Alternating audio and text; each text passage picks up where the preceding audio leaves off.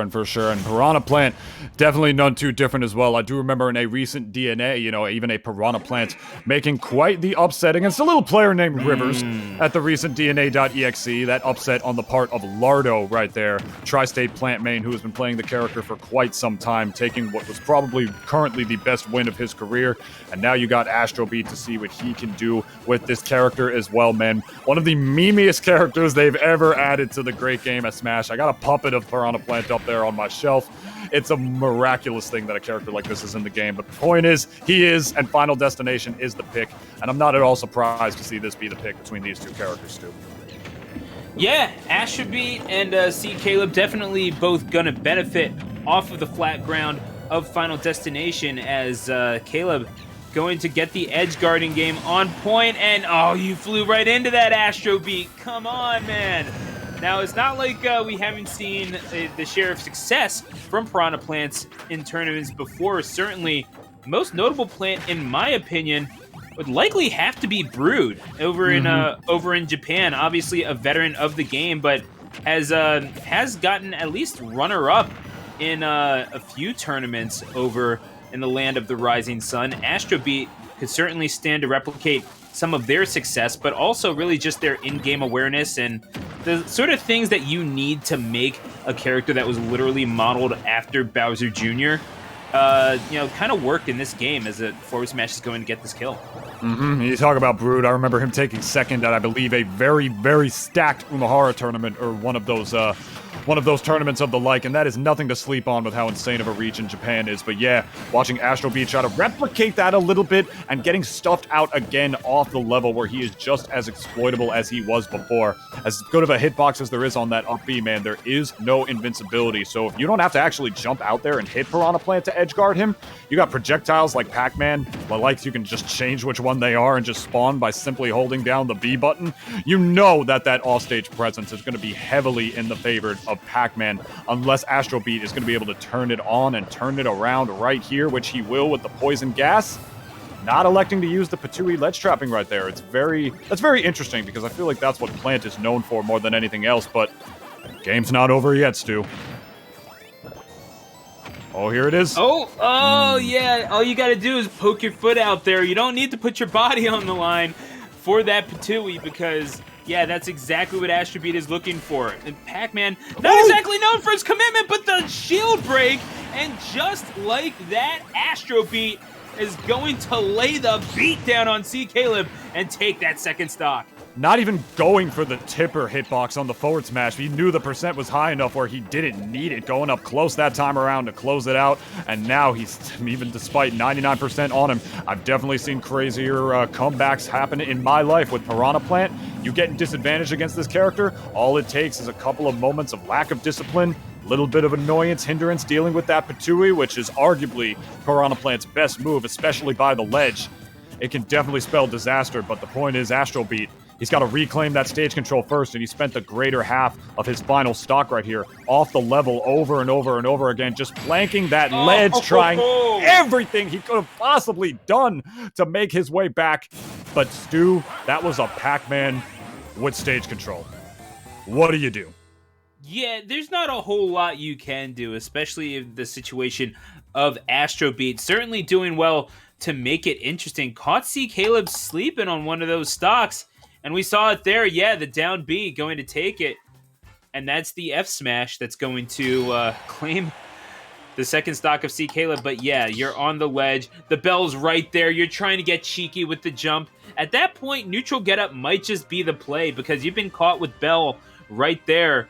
I mean, so many times. And of course, Pac-Man has what you need. That little bit of a poke of the leg right out there is kind of all that C.Kaleb needed to really disrupt Astrobeat's momentum and all the plans, all the setups that you make. The best made plans of Plants and Men. Certainly not working out there as C.Kaleb. Sometimes all it takes is just sticking a hitbox in the middle of it.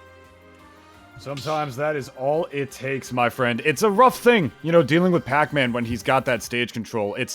it's one of the reasons that for a while, back in like the early days of Ultimate as well, that Pac-Man was actually considered by many to actually be a top-tier character, including one of the best ones in this game, man, because that stage control gets set up, he throws the hydrant down, spawns a literal wall below him that will blow you away if you get too close to it, on top of taking damage if it gets hit towards you.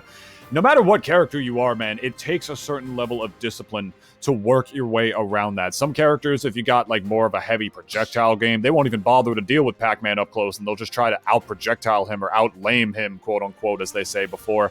But if you're a character without that, or a character who needs to sort of rely on more, how do I say this, some more specific situations that are more like set play oriented, like Piranha Plant has. Like, he gets so much of his damage by the ledge and like Patui ledge traps and whatnot. He gets so much of his damage from throwing that thing out there and from the gas as well. It's rough when you have a character that can sort of out projectile you like Pac-Man, which is getting put away in favor of the Mii Gunner. You want to talk about projectiles, Stu? We got some for you right here. Yeah, I can only imagine the game plan is going to be about the same, however, as Astrobeat going to try to find their way in here on Yoshi's story, maybe trying to blend in with the other vegetation, but I don't see them spitting out a whole lot. Astrobeat is, well, going to be trying to spit to their own beat, but here's C.Kaleb going to try to make a scratch on the turntable here.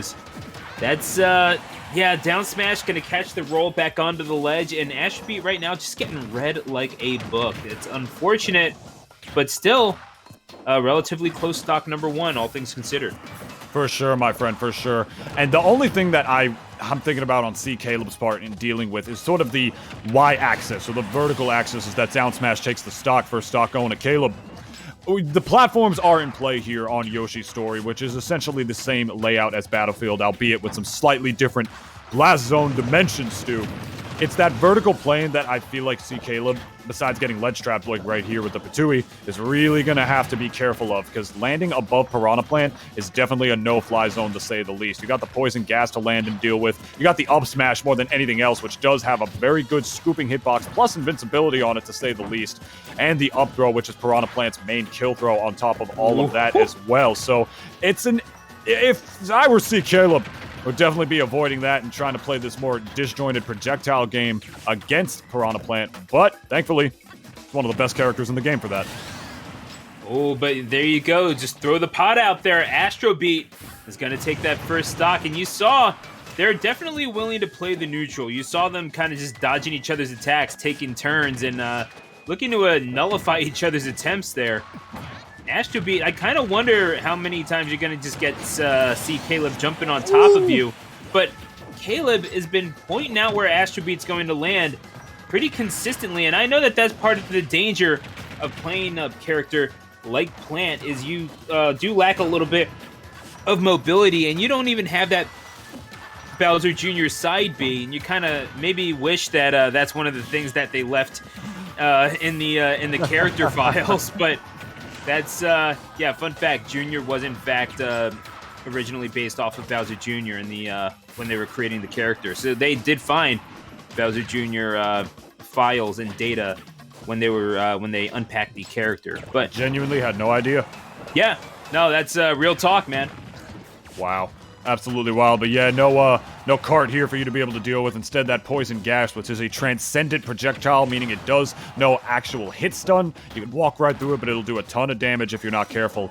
But I think Astrobeat has got to focus on surviving first and getting caught in the classic Mii Gunner ledge trap right there, putting the mind bomb right by the ledge, looking like a damn Rob player, and then getting ready for the smash attack on the roll-in, my friend, giving Piranha Plant a taste of his own medicine, to say the least, a taste of his own herb. I don't know if that medicine is plant-based or how effective that would be against a plant, but point is, Kaleb's out here showing you what this character can do at that top level. My God, getting stuffed out with that bomb projectile right there, exactly where he was going to land. And then right here, it's so funny because if the tables were just turned the other way around, that is where Plant thrives. And I don't know if Kaleb took a little bit of inspiration from Astrobeat right there, but mixing that situation up and around, and that's going to be Kaleb advancing in this bracket, Stu. What a show to see.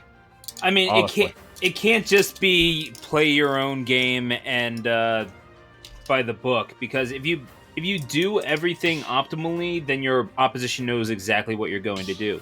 Astrobeat, knowing exactly what they needed to do, what their win condition was. You might as well go back to what works the best for Plant. C.Kaleb, though, is like, no, Rommel, you beautiful bastard, I read your book! And that is how it works out. That is going to be the end of it. C.Kaleb moving on by a score of 2-0, and you got to throw in the patent reference where you can, but that really is the art of war, isn't it? Know yourself and know your enemies. Sun's out indeed, my friend, today at the very least.